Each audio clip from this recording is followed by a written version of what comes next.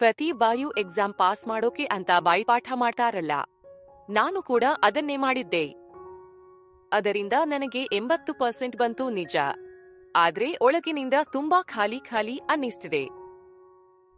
ನನಗೆ ಆ ವಿಷಯಗಳನ್ನ ಅರಿತುಕೊಳ್ಳಬೇಕು ಅನ್ನೋ ಆಸೆ ಇತ್ತು. ಹಾಗೆಯೇ ಎಕ್ಸಾಮ್ ಬರಿಬೇಕಿತ್ತು.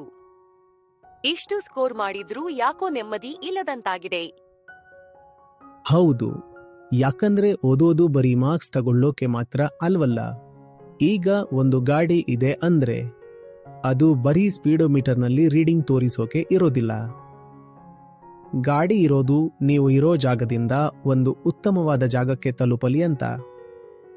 ಅಷ್ಟೇ ಹೊರತು ಬರೀ ಡ್ಯಾಶ್ಬೋರ್ಡ್ ಮೇಲೆ ರೀಡಿಂಗ್ ಚೆನ್ನಾಗಿ ಕಾಣಿಸಲಿ ಅಂತ ಅಲ್ಲ.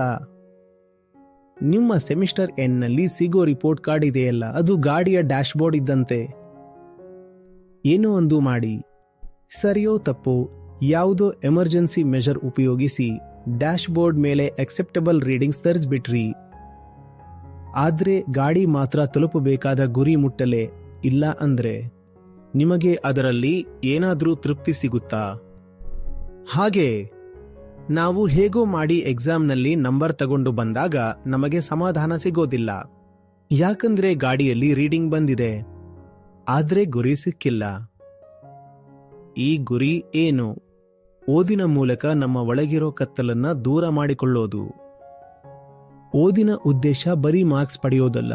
ನಮ್ಮೊಳಗಿರುವ ಬೇಡದ ನಂಬಿಕೆಗಳು, ತಪ್ಪು ಕಲ್ಪನೆಗಳು, ನಾನು ವೀಕ್, ನನಗೆ ಏನೂ ಬರಲ್ಲ ಅನ್ನೋ ಕೀಳರಿಮೆ, ಇವೆಲ್ಲವನ್ನೂ ದೂರ ಮಾಡೋದೇ ಓದಿನ ಉದ್ದೇಶ. ಓದಿನ ಉದ್ದೇಶ ಸರಿಯಾಗಿದ್ದಾಗ ಮಾತ್ರ ನಮಗೆ ಅದರಿಂದ ನಿಜವಾದ ನೆಮ್ಮದಿ ಸಿಗುತ್ತೆ. ನಿಮ್ಮನ್ನ ಭೇಟಿ ಮಾಡೋಕೆ ತುಂಬಾ ಎಕ್ಸೈಟ್ ಆಗಿದೆ. ಸ್ವಾಗತ. ಧನ್ಯವಾದಗಳು.